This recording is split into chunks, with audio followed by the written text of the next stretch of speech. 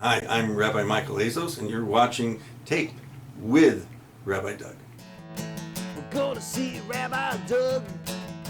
We're gonna see Rabbi Doug. We're gonna see Rabbi Doug on your TV tonight. But Daddy, I want to watch Monday Night Football. Forget about Monday Night Football. There's no other thing we're going to watch on Monday but Rabbi Doug. Yeah, Rabbi Doug on TV tonight. We're gonna see Rabbi Doug. Oh, everybody talk about Doug. Shalom and welcome to Taped with Rabbi Doug. Chag Sameach. It is Yom Yerushalayim 5784. It is the anniversary of the Reunification of Jerusalem from the 1967 Six-Day War, when both the old city and the new city were reunited and our holy places became part of the modern state of Israel once again, and Jerusalem is now the eternal capital of Israel and the Jewish people.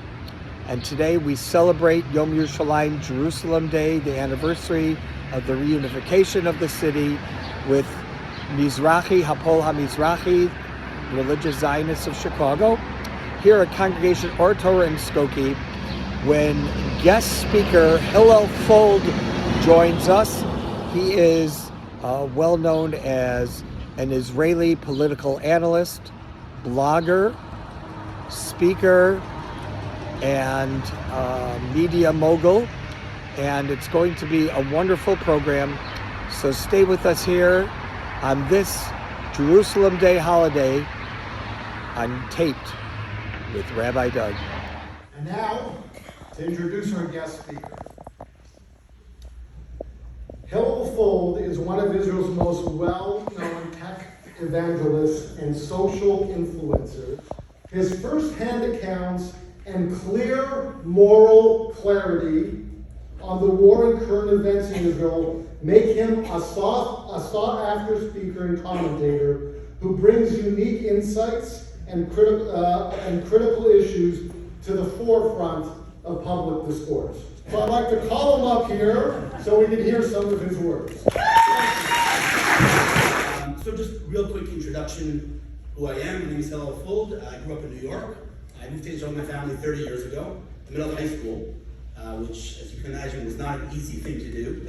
At the time, I didn't know what hit me. But 30 years later, I can tell you it was the best thing that ever happened to me by a large margin. I live in Shemesh, Israel, with 5 beautiful kids and an amazing wife from here. Maybe you know David Rothstein, my father-in-law.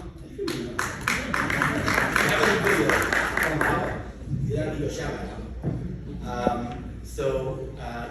It's really, I feel very strongly when I wake up every morning that I'm really living the dream in a very real way. And, I often say to people when I discuss Aliyah, I say, back in the day when many of us were growing up, Israel was like a third world country. We couldn't get tuna fish. I'm sure we all remember that. Now, really, I wake up and I look around and we're living in Gan Eden in Israel. I really truly feel that, despite the current situation. And so, really very strongly feel like I'm living the dream, both professionally and personally.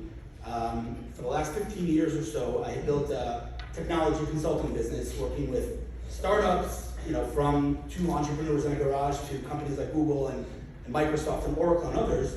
And really, it was, just a kid in a candy store every day. They say if you love what you do, you never work a day in your life. That was written about me, basically, for the past 15 years. And as mentioned, on October 7th, it wasn't, there was no question what needed to be done or what I needed to do. But on a very, daily, hourly basis, I feel strongly like I'm channeling my late brother Ari, his energy, what he did for the Jewish people. Really, it's, when I'm at a loss of words on Twitter, and look up to him, what would he do? What would Ari do now? And on an hourly basis, because as you can imagine, it gets pretty frustrating. And by the way, that is the reason that, as you know, this wasn't really publicized. My name wasn't publicized because, unfortunately, that's the reality we live in. I'm getting horrible emails and death threats on a daily basis. So the fact that all of you turned up, and it was all secretive. Thank you. Thank you for that. Round of applause for you. I appreciate that. Anyway, so that was really what happened on October 7th. I completely shut down my business, and I really kind of felt that everything I had done till October 7th in terms of social media and building my audience, I built for now. And so since October 7th, I focused on a mission that has two components. The first one is providing real-time accurate information to my followers, which generally speaking is mutually exclusive, because if you're real-time, then you can't verify it, so it's often not accurate. And if it's accurate, you have to verify it's not real-time. But because I receive information from various formal channels like the IDF spokesperson, my brother works in the Knesset, so I get information from there. I'm able to kind of cross-reference and make sure that what I'm tweeting or what I'm posting is accurate. And I have to say, not to toot my own horn, but there's one thing I'm proud of in this war, is that I think on one or two occasions it was something that was slightly inaccurate. But other than those two occasions, everything that I've tweeted and posted has been accurate, and that's something that has not been easy. The second part of my mission, I would say, is inward, is to our team, to give people a reason to wake up in the morning, because we're all in deep devastation and deep mourning, and so if there's good news to share, I try my best to share that. Just for context, since October 7th on social media, my assistant just sent me the analytics yesterday. My posts have reached 1.2 billion impressions, which, thank you. Which makes me feel good, but to me, I think the more meaningful metric that I'm very proud of are the messages that I get from people who were not on my team before. Because people ask me all the time, are you preaching to the choir, right? We're going to talk about this. It's an important question. The echo chamber, right? And the answer is that I've gotten tens of thousands of messages from people saying, I just did not know that that's what Zionism was. People have said to me, I was anti-Israel, and you completely opened my mind to a whole different perspective. And that to me is really where the real impact is. And by the way, again, something I learned from Ari, because I have to admit that I have my moments, and I try to engage and respond, but I have my moments. There are people out there that it's difficult, and Ari engaged with everyone. There was no such thing, and I would say to him, Ari, it's 4 o'clock in the morning, and you're talking to some anti-Semite, go to sleep. To him, that was his job in this world. And he'd say to me, even if he's not listening, there are tens of thousands of people watching this dialogue that are on the fence, and they need to know the truth. And he was right. And again, he was, the strength that he had was supernatural in a very real way. So I try my best. Is that rain? I was warned that it was going to be rain. I was like, when's it coming? So I do my best, and it's not been easy, but it is very satisfying, especially coming here and people coming over to me. And when you write on a phone, right, it's very hard to know how much impact you have. I can look at the numbers, but it's not faces. So when people come over and say, your posts impact me, it really blows my mind, to be honest. So I do want to share with you a little bit of a different perspective on many things. First of all, I want to talk about the pre-October 7th Hillel. I wore many different hats in the tech world, journalist and blogger and entrepreneur and marketer. And so I had a very different kind of perspective on what was going on in Israel, what is going on in Israel in terms of tech. And it really is, it is really miraculous what's going on in Israel in terms of innovation, but specifically the type of innovation that is making the world a better place in a very real way. And we're not here to talk about technology, but it's really unbelievable. And I was telling someone tonight about an interview that I did many, many years ago with a man named Dr. Rick Klausner. Dr. Rick Klausner was the director of the National Cancer Institute. And he was the man that every president of the United States came to with a blank check and said cure cancer. He managed more cancer research money than anyone in the world. And I interviewed him, and it's on YouTube. And the reason I say that is because I would not have the guts to even say what I'm about to say had I not had it documented. I said to him, Dr. Klausner, we have drones, we have self-driving cars, we have artificial intelligence. Why have we not cracked cancer? And I thought he was going to say to me what everyone says when you ask that question, that there's no curing cancer, it's different types of cancer, and it's all. But he surprised me. He said, we have. I said, what do you mean we have? He said, we have finally, after 100 years of research, learned how to take a person's immune system to kill his own cancer. And he said, there are types of cancer, and he named leukemia, lymphoma, and a couple of others, that we have cured. So I asked him the obvious question, how could that be? Are people dying of leukemia and lymphoma. So he said, a lot of these treatments are not yet FDA approved and they're not yet available to the public, but we have medically, scientifically cured these types of cancer, which blew my mind. But what he said next blew my mind even more. He started to list the different leading treatments and cancer cures. And out of the list of maybe 40 that he mentioned, about 28 of them were developed in the state of Israel.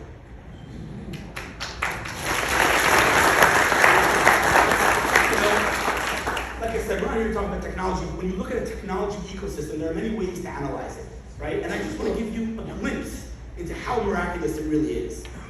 We're in a shul. Money isn't the most important thing, but let's just talk about it for 1 second. So, when you look at a technology ecosystem, it's funded by investors, and it's important to look at what kind of support Israel has. So just perspective. In 2020, $11 billion were invested in Israeli startups. A country smaller than New Jersey, $11 billion. That is, I think we can all agree, a pretty large number. Anybody want to take a guess how much was invested in 2021? Went from 11 billion to 12, 15, 19, 26 in 1 year. So it's hard to understand, again, given that Israel is such a small country and the worst neighborhood on earth, right? Because as an investor, you're looking for stability. The last thing you want is instability. But money doesn't do it justice, right? And the fact that Google and Apple and Microsoft, just out of curiosity, who has an iPhone? Raise your hand. Android? So sorry. But iPhone, when you unlock your iPhone, what's that technology called? Face ID, right? Does anybody know who invented Face ID? The Israeli company called PrimeSense that Apple acquired. So every time you unlock your iPhone, you're using Israeli technology. But it doesn't stop there. Amazon and Google, they're all not only in Israel, but they're building core elements of their portfolio in Israel. And it's wild to see. And it goes farther than that. And again, I'm not going to get too much into it, but it's unbelievable to see what Israel's doing. But specifically, as you mentioned, Yerushalayim. Right? When you think of Yerushalayim, you think of the Kotel, you think of our tradition and our heritage. People don't know this. Some of the biggest exits in Israel's history are Yerushalayim. You mentioned Mobileye, and MDS. I mean, we all know that in 5 to 10 years from now, our cars won't have steering wheels. But we don't know who's going to power those autonomous cars. The answer is Mobileye. I had the incredible opportunity to go to Amnon Shashua's house, who's the inventor of Mobileye and many other companies, and we drove, I should say I rode, we didn't drive because it was self-driving. We rode from Midwest Yinam to Yerushalayim in a fully autonomous car in Israeli traffic. Enough said, right? I mean, miraculous, truly, truly miraculous. And so really, it doesn't just, when you talk about Yerushalayim, it's not just the past, it's the future. And the list is extremely long. The ecosystem in Yerushalayim, the companies that are being built there across all sectors are leading the world. It's unbelievable to see. We all know the energy in Yerushalayim, but it's truly biblical what's going on in terms of technology. So October 7th, we shut that down, and we focused everything on this. And I have, like I said, a little bit of a different perspective on what's going on here, and it's a difficult perspective. It's a challenging perspective to swallow right now. But before I tell you what that perspective is, it's important to look into our history. And I'll say that if we lived in the time of Purim, and I said to you that one day, Purim is going to be the happiest day of our calendar, you would have said, that is the most insensitive thing I've ever heard in my life. Achashverosh wasn't just a king. He was the king of 127 countries. He was the ruler of the world. And he agreed to annihilate us. We were done. And here we are celebrating. How is that even possible? We know the joke, right? They tried to kill us. We won. We right? We know that. But Hanukkah, we weren't winning that war. We were not winning that war. We were done. Pesach, 210 years of backbreaking slavery. And here we are celebrating. This war, we are in it, so it's hard to see. But this war is one big, and I'm sorry, this might offend some people, one big miracle. Hear me out. Hear me out. October 7th. Okay? Listen, nobody has to tell me about loss. I know loss. And I'm not belittling, God forbid, that horrible, horrible dark day. But try to put yourself in a Purim perspective, in a historical perspective, okay? Just imagine the following scenario. But please try to step out of the war. 50 years from now, okay? You're looking back at this war. We will never forget the loss and devastation. That's not going anywhere. But please try to think about the following thing. following scenario. 3,000 terrorists march into a country smaller than New Jersey with 8 hours of free hand and unlimited access to automatic weapons. How many people would you expect them to murder? 150,000? 100,000? Not 1,400. Now please don't misunderstand what I'm saying. I could not use the word miracle to describe that horrible day, and that's not what I'm saying. The pain is indescribable. But we have to, for our own sanity, we have to try to understand that we don't know why God does what he does, and I can't explain it. But just imagine, had God not been involved, what could have happened that day? But you know what? Let's put October 7th aside because it's so raw and it's so hard. It's so hard to swallow. Let's talk about everything that's happened since that day. I had the incredible opportunity to interview Dr. Danny Gold, who was the inventor of the Iron Dome. I said to him, Dr. Gold, tell me what happened. How did you invent this technology? Now, this is a man who's completely secular. And he said to me, Hillel, I sat with the brightest minds in the country in a room, and we had the rockets raining down on our heads, and we said we need to figure something out. And everyone came up with their own ideas, and he shot them all down. Pun very much intended. And he said, that's not good enough. I want to detonate rockets midair. And there was silence in the room. I said, you want to what? He said, I want to detonate rockets midair. They said, you can't do that. A rocket's in the air for seconds, flying at insane speed. You can't detonate a rocket midair. He said, that's what I want to do. And he went to the Israeli army. He said, I'm going to build a system that's going to detonate rockets midair. You know what he told him? Impossible. So he went to the Israeli government, and he said, I want to build a system that detonates rockets midair. And they said, impossible. So he went to the State Department. Impossible. He went to the U.S. Army. Impossible. And he built this thing that we take for granted. We said, yeah, sure. Sure, Iran fired 300 ballistic missiles and they were detonated at 99% precision. We just went, yeah, Iron Dome. This is a miracle, as far as I'm concerned, the caliber of the splitting of the sea. This is a technological wonder. There is not a person, not a military strategist in the world who can explain how we detonate 99% of those rockets, of those missiles, of those drones that miraculous night. This was historical. This was a miracle, an open miracle. I know we're told that there are no open miracles today. Katonti, but I beg to differ. Maybe I'm wrong. But how could you not see miracles here? But you know what? Put the Iron Dome aside. We hear these reports that they fell into empty spaces, right? These rockets that aren't detonated by the Iron Dome. Empty spaces. I mean, you've been in Israel. Where are these empty spaces? Where are these empty spaces in this tiny little country? And thousands of them are falling in empty spaces. These are miracles. We are witnessing Kriyas Yam Suf every single day. But here's the thing. We have a tendency, us Jewish people, to not see the miracles right before our eyes. In every generation. I mean, we learn these things. One-fifth. I mean, after Aseres Hamakos, 20% of the Jews left Egypt? How? Where's the lie? How is that even possible? Because they said, that's not miracles. All right, you know, we could explain those winds and the diamonds, right? We don't see, these are miracles. They're happening every single day, and we need to see them. Again, please don't misunderstand. I'm going to keep saying it. By the way, I'm going to tell you a story why I keep mentioning that. Funny story. About 6 months ago, I get a message, a WhatsApp from a stranger who says to me, my name is so-and-so, I'm in Israel with a group of Harvard alum, and we have a gap in our schedule, would you be willing to speak to us?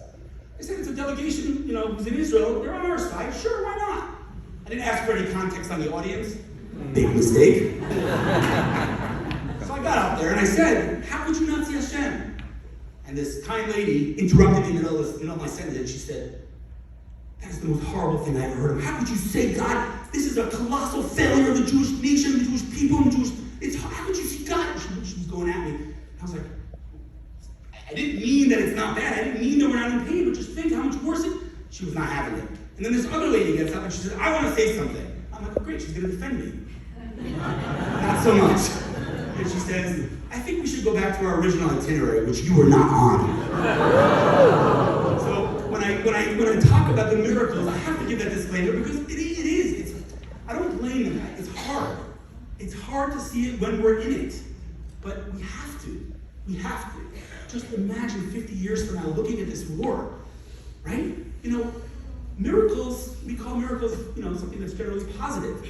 Call it whatever you want. Don't call it miracles. Call it divine intervention. Call it whatever you want. Why is the world obsessed with this war? Someone explain to me why the world is, it's all anyone talks about. Is it casualty numbers? Because if you take Hamas's ridiculously fabricated numbers and multiply them by 5, and it's doesn't even scratch the surface, which is what happens in Syria every year, and the real genocides around the world, and no one talks about them. Why? Again, I can't explain why God does what he does, but I can tell you that this war is illogical. It is irrational. It makes no sense. And, this last week's Parsha, how could you ignore it? We see the Tochacha happening, right? And so I have to remind myself literally 5 times a day about the famous Rabbi Akiva story, right? I'm sure many of you know it, worth repeating, right? Rabbi Akiva is walking with 4 other rabbis, or 3? 3 other rabbis. 4 rabbis are walking. Rabbi Akiva was the youngest of the bunch. And they're walking by where the Mikdash once stood, where the Kodesh HaKodashim once stood, and they see a fox walking. And they all start crying. And he famously starts laughing. And they say, "What are you laughing about?" He says, "What are you crying about?" They said, "What do you mean? There's a fox walking where the Kodesh HaKodashim once stood." And he said, "But that's why I'm laughing. It says, Shualim Hilchel, we're going to have foxes walking there. So if this prophecy came true, then the rest of them are going to come true too." And they said, "Kiva Nichamtani," they call him Rabbi Akiva because he was the youngest of the bunch. "Kiva Nichamtani, you've comforted us." We have to remember, everything we're seeing today is written. It's all predicted. And again, it's this week's Parsha. We're not talking about some Zohar somewhere. Literally read the Tochacha. It's all natural occurrences, right? And so we owe it to ourselves to not look at this war through a logical lens. Now, I'm not saying that we shouldn't be aware of the geopolitical situation and, the friendship between America and Israel. This is all important things. We should be aware of it. And I got to tell you, 2 days before the war, I wrote on my social media, and the beauty of social media is you can go verify this if you don't believe me, because it's hard to believe. I don't know what hit me, but I looked at the geopolitical situation. I said, there's no way this doesn't boil over. Something's about to happen. So I wrote on social media, I said, if you're looking at what's going on right now between, Russia and Ukraine, and America and Iran, and China, and internal politics in Israel, and you think something big's not about to happen, then you're not paying attention. And I wrote in the post, Israel's going to be at the center of it, 2 days before. Now, I'm not saying that to say, to toot my own horn or to pretend I'm enough, but look at the world right now. This is a biblical event. This is not just another war. And we have to keep reminding ourselves that. And it's hard. It's hard. I struggle with it every day, especially given, the hate that exists in the world and is manifested most on the internet. I gotta tell you, many years ago, I met with Ben Shapiro. And I asked him, I said, how do you handle all the hate? I said, I read your tweets and I read the replies. How do you handle it? I said, what do you handle? I don't read that stuff. I know you don't read that stuff. He said, I post and I mute. I remember thinking to myself, but isn't it called social media? Aren't you supposed to engage with people? And at the time, I thought, that's not how this is supposed to work. But that's what I do now. I post and I mute. And, occasionally I'll go in and just kind of take a peek at what people write to me, and I'm like, now I understand why I'm muted. Right? The hypocrisy, we all know it. But we have 2 choices. This is what and I'm telling you, I'm speaking to myself here. We have 2 choices. We can either continue to be frustrated and to be angry and lose our minds, because that's how we all feel. We look at the world and we're like, are you serious? Like, are you for real? Do you really believe that? Or we could say, God, I don't know why you're doing what you're doing. You have a good sense of humor. That's what I tell myself every single day. And so, it's really, again, we have to take a step back. And I have to tell you something that my father likes to quote that I think is, first of all, an unbelievable statistic in general, but I think it's magnified in its beauty, given that it comes from my father who sacrificed so much. He said something unbelievable, and it's worth internalizing and thinking about. There has never been a 75-year period in the history of the Jewish people since the Churban Bayis in which so few Jews have been killed. I'm going to repeat that. There has never been a 75-year period, ever. Think about it. Pogrom, the Inquisition, whatever, all the events in which so few Jews have been killed. Now, Again, God forbid am I belittling every loss of life. Every loss of life is an entire world. But we also have to understand that the existence of the state of Israel is protecting us as a people. And we can't forget that. As hard as it is, we are in deep pain and devastation. And it's something that I have to say, I've spoken to many people about this in the last couple of days. I'm very concerned about the day after in terms of our mental health. Right? I mean, the entire country is going to be in PTSD in a very real way. And I know, and I'll give you a little hint that stays in this room. There's a lot being done. Very innovative ways that the government is going to deal with it. Very, very positive and innovative ways. Things are being done. And it's not something that's not being addressed. But it's a scary thing. We're in deep devastation. We all are. But things are going to be okay. Things are going to be okay. We dance, we celebrate on Purim, we celebrate on Hanukkah, all of them.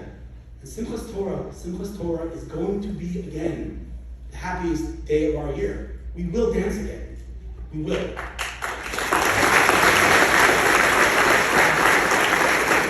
Introduce the Consul General of Midwest Israel to the Midwest, Mr. Yinam Cohen, who's joining us here tonight. As we gather to celebrate Yom Yerushalayim this year, it may feel as though there are few reasons to rejoice. This week marks the beginning of the 9th month of what seems to be Israel's second war of independence. The North is still engulfed in flames. Many of our hostages remain in the terror dungeons of Hamas in Gaza, and international pressure on Israel is intensifying. It has been unquestionably the darkest hour of Israel's 76 years of independence and a profoundly challenging time in Jewish history. But in moments like these, it's imperative to zoom out and broaden our perspective. Here's mine.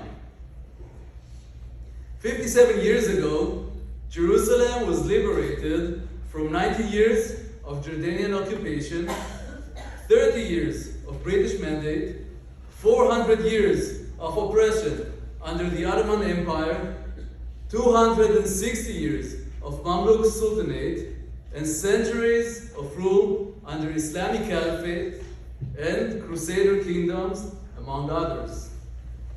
Finally, after 2,000 years, Ir HaKodesh, the holy city, is once again under Jewish sovereignty.